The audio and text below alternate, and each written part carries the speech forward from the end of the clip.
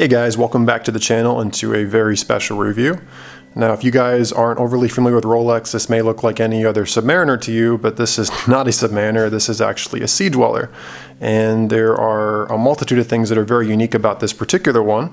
And I'm assuming if you're watching this video, you probably already know what a special watch this is. Especially if you're watching Basel earlier this year. Basel was, of course, a really cool show for watch enthusiasts. And as you guys may or may not realize, Rolex had some pretty cool unveils. I talked about the Cellini moon phase in particular interest to me, but another watch that I liked and actually got a lot of interest was this. This is the 126600 Sea Dweller, and there's a couple things about this that make it stand out, especially in contrast to older Sea Dwellers and as well as the Sea Dweller Deep Sea. So a couple things you may notice immediately is what's that sitting over there at 3 o'clock? There's actually a cyclops over the date window, which is something you would not traditionally see on a Sea Dweller. Both older versions of the Sea Dweller and as well as the Deep Sea have never had a cyclops on them, so it's pretty cool there. But the thing that really got people excited about this watch, if you take a look closer to 6 o'clock, you'll actually see where it says Sea Dweller in red. And for those of you that are obviously Rolex aficionados, you guys will realize that there were a couple special models from the 70s and roughly that time period where Rolex used red lettering on their dials. They were pretty rare, they're pretty unique, and they're pretty valuable these days. So obviously Rolex, in their infinite wisdom, realized that that was something the collectors were after, and they've now offered red on their dials again. So here we have quite a unique combination of some familiar throwbacks and just kind of new features brought to the Sea Dweller. So unlike the Deep Sea, which is 45 mil, this one's actually a little bit smaller. This one's 43 millimeters. You guys that have watched me for a while know that that's actually what I think is the perfect size for a watch, period. Especially for someone my stature, I'm 6'3" with a 7-inch wrist. I think this is the absolute sweet spot for watch size. So it's a little bit smaller than the Deep Sea. It also has only, and I say only sarcastically, a 4,000 foot divers rating or depth rating, like you would ever go that deep anyway. Obviously that's about a third of what you'd find on a Deep Sea, but still well beyond what anybody would ever really need in a dive watch. So again, you're getting a 43 millimeter case, which is new for a Sea Dweller. You're getting a cyclops over the date window, which is also new for a Sea Dweller, and you're getting something kind of cool, which is a throwback to Rolex history, which is the red there on the dial. Now again, I said that this was introduced this year at Basel. Again, it's model number 126600. And the other thing that's interesting about this watch is that it deploys the new 32-35 movement in-house. Those of you guys that have watched me for a long time, you've seen my reviews of other Rolexes, especially the Submariners. You've heard 31-35 being thrown around quite a bit. Also, if you've watched the reviews of my Explorers or GMT Masters, the 31-85, 31-86 derivatives, there's 30-35s, these movements have been around forever. Well, Rolex has now come out with a new generation. So the 31-35 is now the 32-35. They've done a lot of improvements for anti-magnetism and also for shock absorption. And as with Rolex, they don't really make changes unless they think they're making things better. So after all the years of making a reliable movement, they've done just a little bit more to make it that much better. One other feature about this watch that's pretty unique, just to kind of get this all off the top right now, is it has the chromolite markers, which actually have like a blue luminescence to it. And I'm in a welded area right now, so it's going to be hard to show that to you, but that's also pretty cool.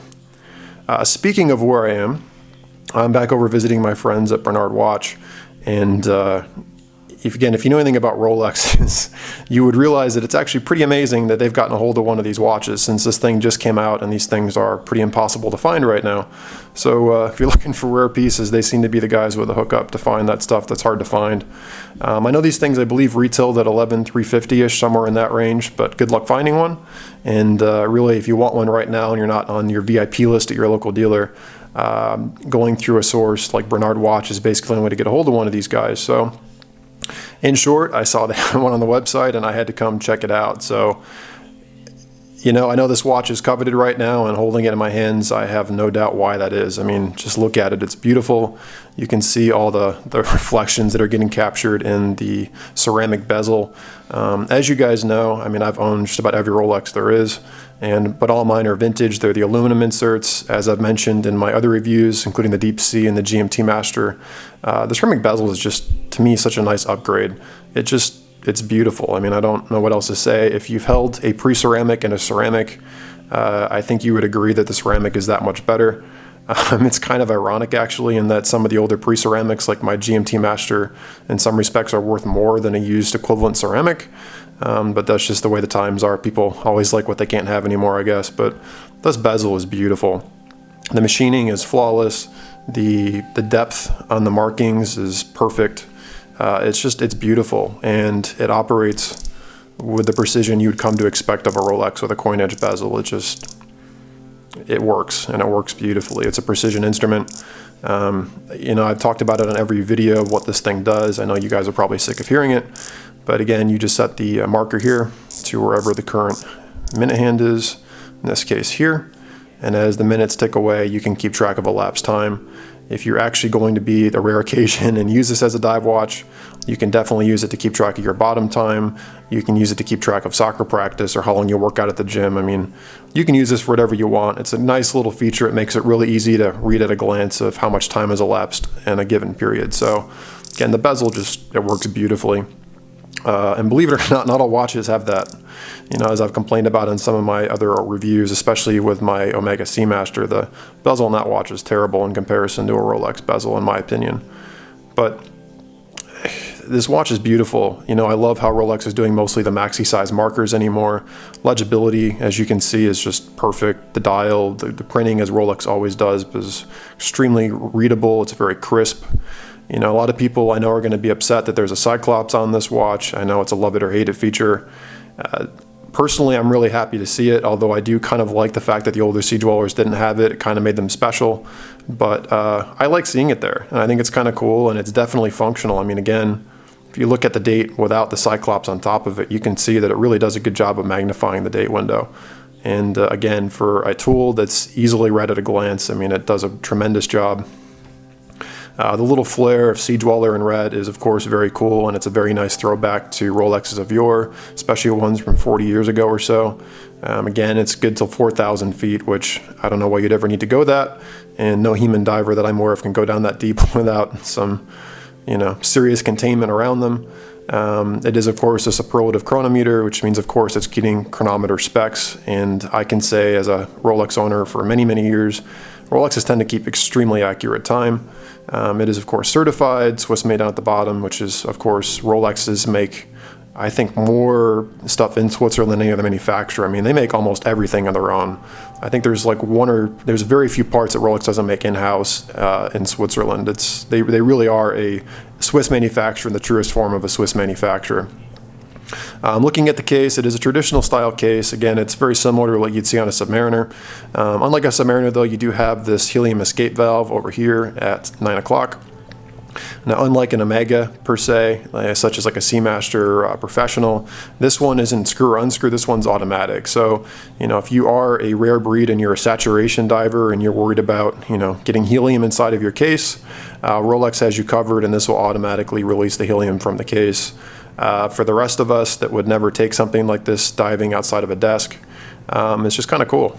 And, when it comes to the bragging wars, your watch is far more capable than 99% of other people's wristwatches. So it's a cool feature, but it's a very traditional style case. I mean, if you've owned a Rolex Oyster, there's nothing overly surprising about this case. It's machined beautifully, as you would expect. Polished and brushed surfaces are done extremely well. You have the nice little Rolex trip lock crown.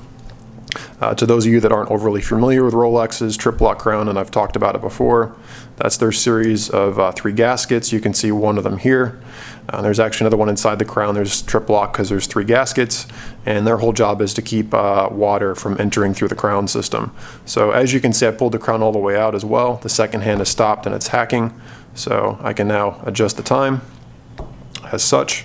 If I push it in all the way to first position, it's winding just as with its 3135 predecessors.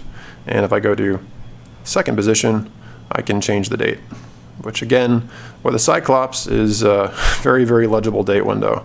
I have to say, I'm a fan of the Cyclops, but I know that makes me kind of weird. But again, it operates as you would expect from a Rolex. It feels very well made, and I'm pretty confident this thing will run reliably for many, many years without service. And Even Rolex believes that too, given that they've extended their service intervals for their watches lately. So again, if you know Rolexes, there's nothing about this watch that would strike you as being anything outside the norm. I mean, it's just a beautifully made precision instrument. And of course, it comes equipped on the Oyster bracelets. Unlike a lot of my older ones though, this one is of course solid links, which is nice. The end links are of course solid and beautiful, and it also benefits from Rolex's current generation of clasp, which is not that stamped over crap. It's got the nice little safety. There's a ratcheting lever here, which is beautifully made, and it opens up to reveal a beautiful Rolex clasp that is so much nicer than the ones of yore. There also is a diver's extension, however, it's currently removed right now. It's actually in the box, but this particular one, I think they took it out when they sized it, but it does have a diver's extension, which works great. And this is one of the few Rolexes too that actually has any engraving on the back.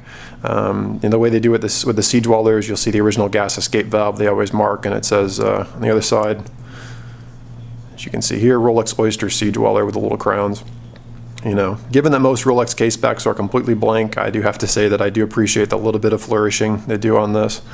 But you can also see too that the case is that much wider than the case back, which is something you typically don't see. They're typically very proportional, but I'm guessing since this is an upsized case, 43 mil, that they used the case back off of their traditional sized watch. I'm not really sure why there's that much of a gap between the case and the screw-in back, but it doesn't bother me. I've just never seen that before. It's kind of cool. But in short, guys, you know, what can I say? This watch is very desirable right now, and I can definitely understand why. And just to give you a sense too, I mean, again, this is 43 millimeters. So today I'm wearing my 45 millimeter Panerai Radomir 287, just to give you a sense that this watch really is bigger than your standard sub that you may not realize at first glance. As you can see, you know, it doesn't look much smaller than my Panerai Radomir, but I think unlike the Panerai, I think it doesn't look overly large on the wrist. I think most people could wear this. Again, I think it's the perfect size. And if I was looking to buy another Rolex dive watch, and of course I'm always somewhat looking, I definitely think this is probably my favorite of their current offering. I love the size of it. I like that there's a Cyclops on it. The red on the dial is, you know, I'm a history nerd. I think it's beautifully executed, and you know, just overall, it's a great watch, and it benefits from all the modern Rolex technology. So we'll go ahead and put it on the left wrist here, since I know you guys get upset when I put it on my right. And there you can see on my 7-inch wrist, it looks at home. So again, guys, hope you guys enjoyed this review. Thanks again to Bernard Watch for letting me out again to play with their toys. Again, I don't know where they find this stuff, but it's always cool. They're always able to find things that I never seem to find anywhere else. So check them out. I'll leave a link to their website in the description below. So if this watch is of interest to you, it is currently for sale with them. And of course, they have several other really cool pieces. And I will, of course, definitely be making return trips here, since they always seem to get the coolest stuff in. But anyway, guys, thanks for tuning in. Let me know what you guys think of the new Sea Dweller, the red Sea Dweller, in the comments below. If you like what you've seen here, please subscribe and click the little notification bell so you guys can catch me on the next video. And I hope you guys are having an awesome day. Take care.